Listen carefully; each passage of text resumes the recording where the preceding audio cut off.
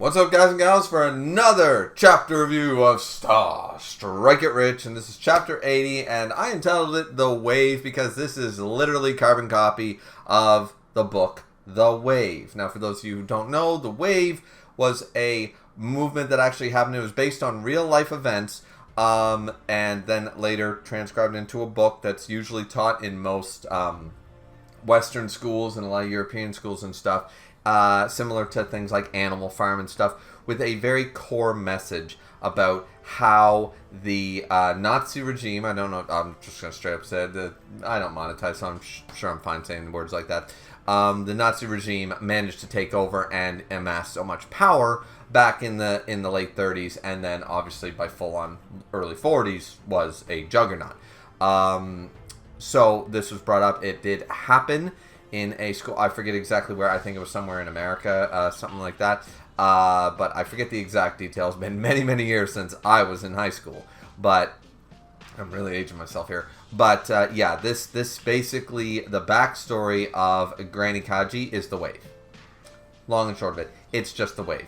It was pretty much students that went a little bit too far, reading too much The Wave and Animal Farm, kind of thought they had something going there, and then took it, in a very radical sense. Now, it's obviously a little bit darker than the actual events of what happened in The Wave and stuff like that, with the idea that they were going to, sort of, bomb the place and stuff like that, right? And she was the only one to actually, and, there's an irony to her story, which I do kind of like. But pretty much, there's nothing really new under the sun here. This is a very story that has been told many times in many forms of fiction, so nothing too original. The ironic, it doesn't mean it's bad. It's just, I've read this before, and I will say that they keep to the simplicity of it, and that's also not a bad thing. They're just like, nope, she was, young woman. They were like they make them college instead of like high school or whatever. But they were like, in their 19, 20 years old. There were these political idealist students who were very radical, and they had all these ideas, and there was a big movement, and yada, yada, yada. And it was like, oh my God, this is going to, and they were funded by a foreign country at this point. This is where it goes a little bit darker. This goes more Bloody Monday series. They were like, no, they were actually funded by like, hey, we will give you military might and stuff. Like you do this, and then we will take over this country and stuff like that. Like, it was getting a lot bolder, a lot darker than that, than the initial, things like that. But she was the only one who actually went through with the bombings, with the suicide bombings, and she went through with it. Ironically, was a survivor. She was the first one to hit the red button, and boom, she survived. Barely, but managed to somehow escape. It's ridiculous, really, but it's manga, so it's fine. She managed to escape. Everything was burned. Everything was broken, yada, yada, yada. But she managed to survive and stuff like that. And she was like, oh, so I've been given a second chance. Like, our movement is right. And at first, in the hospital, she was elated by this. She was like, well, this is incredible. Not only my ideals sort of must be right, was her sort of initial thought, if you read between the lines. Our ideals have to be true because even the Almighty or whomever is looking down on us chose to save me when there was like a 0% chance I could survive this. I was spared so I could continue this mission. My work can't be done. This is, and this is how radicals, this is how religious zealots think. This is how they think, right? That's why, organized religion can be very scary. Organized anything can be quite scary when they're radical, when they're zealots about it, right? So she goes through all this, and then she finds out, she's like, yes, this is fantastic. I can't wait to get back to my comrades. I can't wait to do this, blah, blah, blah. Then she finds out the rest of them chickened out, all the leaders and stuff. So the other countries sort of, oh, well, I guess you guys weren't really serious sort of idea. Things happen, and she was left basically out in the cold. And she became a ghost. And then she lost her way because she was like, nobody else believed in it. It was all a lie. So she literally laid down her life, technically, quote unquote, died for this. Because no one knows she survived. And then, she found like an underground... Michael Keaton's Batman who did the Joker surgery sort of person, right? Found that type of person to get her back to health. But she was effectively dead at this point. And by all parties involved. And all the fellow leaders, all the comrades and stuff, they all gave up. They weren't willing to do what she did. They weren't willing to blow themselves up and stuff. And it's like, okay. So, good in one strict sense. In another, it's like, he caused a lot of shit for not having the balls to go through with it. Like, you gotta put respect on Granny Kaji. She's batshit insane, but at least she stuck to her ideals and put her money where her mouth is. Literally put her life and her balls and all that stuff where her mouth was. These bitches just cowards. Like, straight up. I'm just saying. It's a good thing they didn't, but they're still bitches. They still cowards about it, you know? So, she felt the same way. And she took them all out.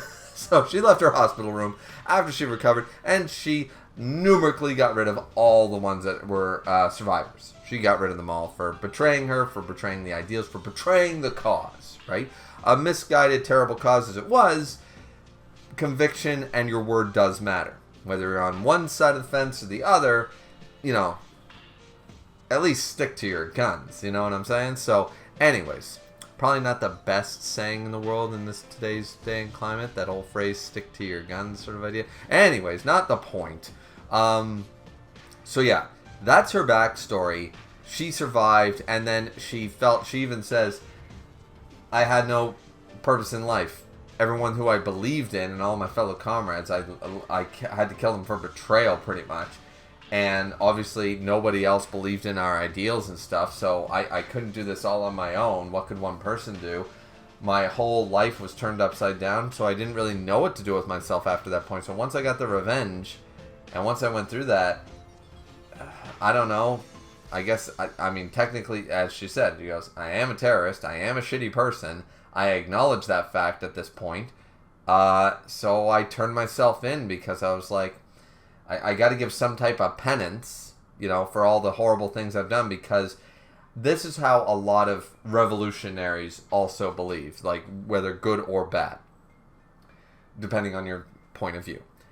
But revolutionaries generally believe that their cause is right. If they win, they are proven right. If they lose, and I mean lose the way Granny Kaji loses, they sort of, a lot of them, not all of them, but a lot of them sort of accept that as a sign from whatever they believe in, whether their cause, whether God, that their cause is wrong. That obviously God is against them and they must be wrong in some way. They must be flawed. Either their cause, it's not the right time for the cause, it's the wrong people, it's the wrong country, it's wrong whatever. But a lot of them do, from a lot of the documentaries and stuff that I've read about failed rebellions and stuff, a lot of them then do realize, I committed all these horrible war crimes in name of this cause to change the country, to change the world. If it fails, I'm now a war criminal. Now I'm nothing more than a murderer and a terrorist and all these things. So, Granny Kaji is right in that line. Like, I still gotta pay for my crimes. I still, I killed a bunch of people and I have nothing to show for it. So, as a result of, if you don't revolutionize the world, if you don't change the government, if you don't do this, then you failed and now you are nothing. All those lives that you sacrificed for the greater good now means shit, and most of them can put two and two together and go, well, now I am just that. I'm what they called me. So she chooses that path, which, once again, level of respect on her for doing it, being like, well, my cause failed, I was wrong, the whole movement failed, so now all the people that we killed and all the people that we hurt, someone has to make amends for those deaths, because we did that for nothing, pretty much. We have nothing to show for it. We did it for nothing, and now someone's got to pay. So she sent herself to prison for the last 50 years. And, okay, baller move. Not gonna lie. I mean, she's a criminal. She's not a good person. But baller move, you know. And then after we get that whole backstory, the fight continues to prove that the actual country, the one that the Army of God obviously originated from, that Ri and Hina were a part of, who taught the martial arts that became the Rodoku techniques and stuff. Granny Kaji is using the OG version of that and it is able to read the moves. At first I'm like, oh, she got pre-initiative. Like, that's what we're doing here. Let's go. But no, that is not the case. What is happening is that she can read the movements because she knows these movements better than Hina. She's been practicing these movements for 50 goddamn years. She knows these movements, right? She's got the OG version of that style. And she's able to read the movements of Hina. They continue to fight. Hina is not gaining the upper hand here. Granny Kaji gonna win this bout. So they're likely by the end of the next chapter, they're probably gonna have to end the bout and be like, no, Hina, you better back down. Or maybe Granny Kaji will just knock Hina the fuck out. I can see it. I wouldn't be against it. Granny Kaji is obviously the strongest female we've seen in the series to date. I would argue. I don't think we've seen anybody that could, at the very least, nobody gets out of a fight. She's in the argument. She's in the, like, because obviously there's the Star Child number 1. There's the teacher. You know, people like that we've seen who we know are very powerful that are S tier in the series.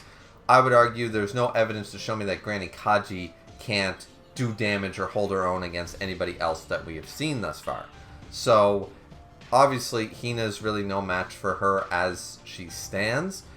Next chapter, I assume the fight is going to be broken up. We'll have to wait and see on that one.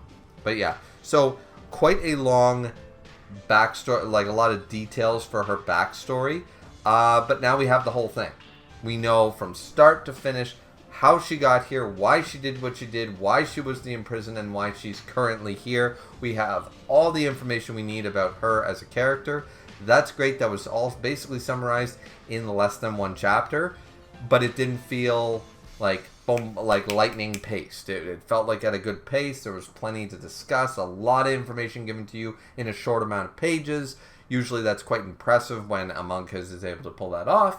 So yeah, either way, chapter 80, not a bad chapter. It's just backstory. They continue to fight, and Granny Kaji still kicking ass. So either way, that's Star Strike Rich, Chapter 80. Hopefully you guys enjoyed. Don't forget to like, comment, and subscribe as always, ladies and gentlemen. I'll see you guys back here for Chapter 81. Looking forward to it. Hope you guys are too. See ya.